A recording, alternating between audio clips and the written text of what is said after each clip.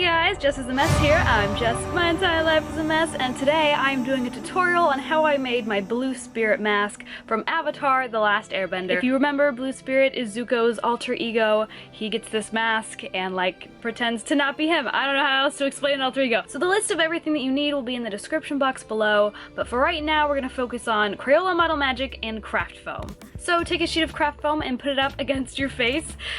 Take a pen and then sort of draw lines right where the edge of your face meets your ear, right on each side of your face. So you know how wide the mask sort of needs to be, and then you're also gonna need to draw a line at the top of your forehead and at the bottom of your chin. This is gonna act as a guideline of how we're gonna draw the mask. So I don't have any outlines for you to print out or anything like that. This is kind of like a connect the dots kind of thing. It's not as difficult as it may look. I swear to God, if I can do this, you can definitely do this. I have very, very low artistic skill. So think of it as just a very fun and intensive arts and craft project. So we're just kind of connecting the dots like you see here. I did end up making, you can see the chin dot. I ended up going below that for the mask because Zuko's mask is lower than his chin. The mouth is very big and open. So go ahead and make that, lower and then sort of connect all of the dots. And then you need to draw those white parts on the edge of his face. From here I connected the top of those white parts on the side of his face, and I connected that sort of to the middle. I just drew a line straight down the middle and then was okay, this is where the lump for the nose needs to go, and then I connected the lump for the nose to the sides of the face, and I just looked at a reference, you can see my book over there, and drew the rest of the cheek things. So now you're gonna take your finger and put it at the center of the mask, right where the nose is, and put that on your nose, your actual nose, so that you know where you need to put the eye holes. So draw two little dots at the side of the corners of your eyes, right where the corners of your eyes are. Put dots there so you know that you have to draw the eyes around that so you'll be able to see out of it. And then just draw the eyes and the eyebrow. Sorry, I didn't film me doing that. Might be. So now we're gonna cut out the eye holes and also the inside of the mouth, not including the teeth. So leave the teeth there for now. That's very important. So just cut out the gap between the teeth. Also, future Jessica popping in for some insight. When you glue on the horns and his little crown on the mask, from the back side, you will be able to see where you've glued it on. So if you're at this point right now, what you can do is trace the top of the head on another sheet of craft foam, and then you can cut that to make a half circle and glue that at the very end, That way you can't see where the horns and stuff are glued on the back, and it just looks like a smooth surface. If you decide not to do that, the back of your mask will look like this. So it's totally up to you. I personally don't mind it because I think most of the pictures taken of me are going to be from the front, but some people are pickier about their props, so if you want to cover that up, this is the stage where you need to trace it so you can put it on later. On with the video. So now it's time to figure out where we're going to place the ribbons that tied together the mask. You can see I'm placing my finger in different places. I'm trying to figure out where I want to glue the ribbon to where the mask will look best. Because if I glue it at any certain place, right next to it or above, if I glue it too high, it's going to be very rounded and the mask isn't going to make the shape that I want it to. So I found that putting it just right next to the eye holes was the best place to put it for me. Your mask might be a little bit different, but when I tie the mask back now, it's going to make the correct shape. You're gonna need some gray/silver ribbon and some super glue. Make sure to not put this mask to your face right after you super glue it. The fumes from the super glue will hurt your eyes, so make sure you let the super glue dry before you try it on. But now that it's glued on, if I were to go like this and tie it around my head, I can see clearly out of the eye holes, and this would be how much is left hanging down. But of course everyone's head size is different, so be aware of that. So now it's time to make the horns. I took literally the same sheet of craft foam, put, the head up to it, and then just sort of drew one of the horns, and that way I just traced that one and then cut out that one, and I had two. So that's pretty easy, and then you can draw the little crown at the top of his head. That one was a little more difficult for me to get even, but it's not hard.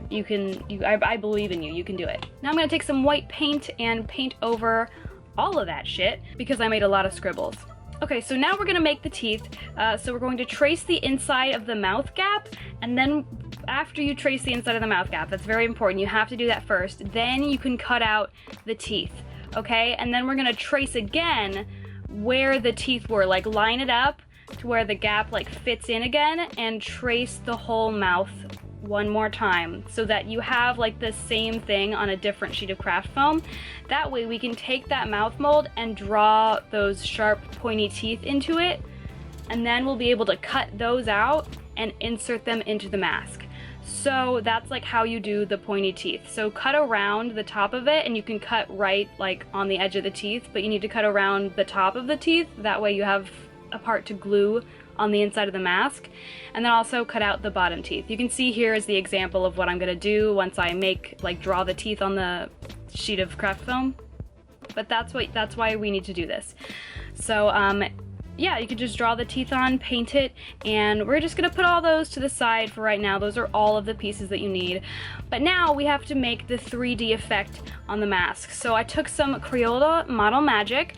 You only really need like one little thing of it. I had a really big thing of it, but I think just like one small pouch that you can get at Hobby Lobby or like Walmart or something, one will do. So you just take some and literally just put it on the mold. Like everything's already drawn out for you, so you can just mold it together. This was actually really fun, so I hope that this isn't like intimidating for you guys. It was kind of intimidating for me, but I ended up really enjoying it, and it was a lot of fun.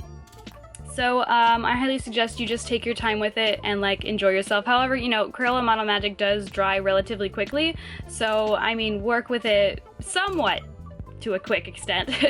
And also, I didn't even use glue for this. I just stuck it on there and it stayed, and it still stays. And you can see as I'm like adding the cheek, I am also wrapping it around the side, connecting it to what's going to be the white part of the mask, like right there. You can see I did it. Just sort of wrap it around so that it stays better and you don't have to glue anything. That's what I did, and it worked really well. So yeah, just mold it, and holy crap, there it is.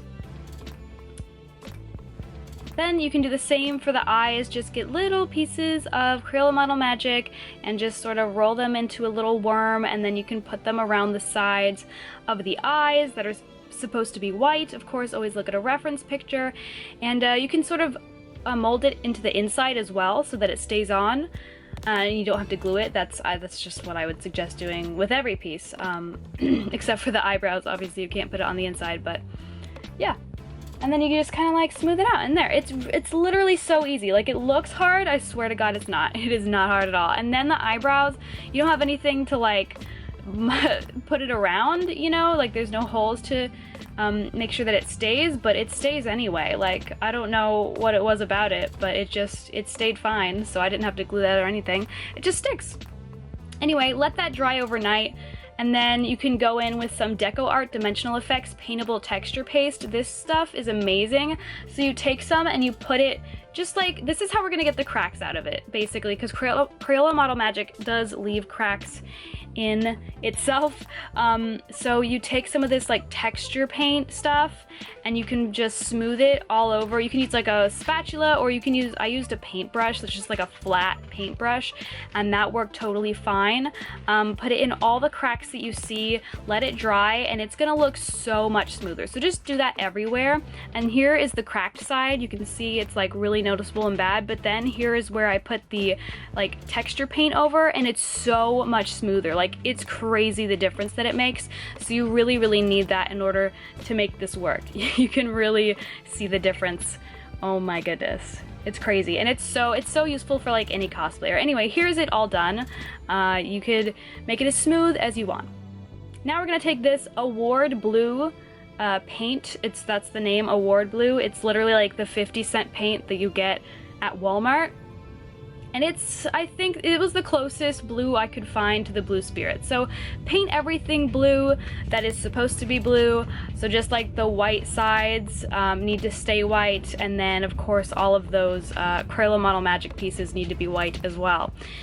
And as you can see, it was kind of messy, so I did have to go in with some white paint and paint over all the blue that I did, and also of course paint the white sides. Even though I used white craft foam, there was like some pen markings on it. Again, this is the like primer that I had. It's okay. It's not the best brand, but whatever. Now it's time, after everything is painted, to insert the teeth.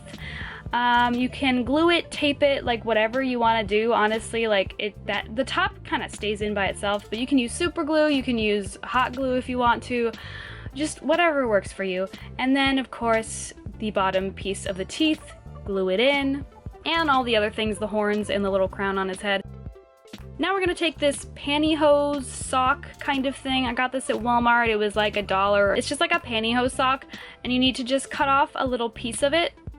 Well, 2 little pieces of it to put on the eye holes, and then you also need a big piece for the mouth hole because you know, the eye holes and the mouth hole is black, but Zuko is still able to see out of them and is still able to like breathe with it on. So that's just what you need to do to cover those. When you put the mask on, you can see out of it, and it's really cool, but people won't be able to see your eyes. Another thing I forgot to mention when I first filmed this video is that you can take these round equate sponges. You can cut them into whatever shape you want. You can even stack them on top of each other for more support. So maybe just get like a couple of packs of these, and then you can place them. I would place them on the forehead, on the cheeks, just like a little bit on the cheeks and on the forehead. That way when you put the mask on, it doesn't press against your nose too hard and have your nose hurt by the end of a long day cosplaying at a convention. So these are good for any mask. I use these on a lot of my other masks, my Cat Noir mask, and it really helps with comfort. They're very soft, they're very squishy, so it just gives some support to the mask so it does not squish into your face. After that's done, all the pieces are glued on, everything's painted, you have the teeth, and you have the black pantyhose to cover the eye holes and the mouth hole.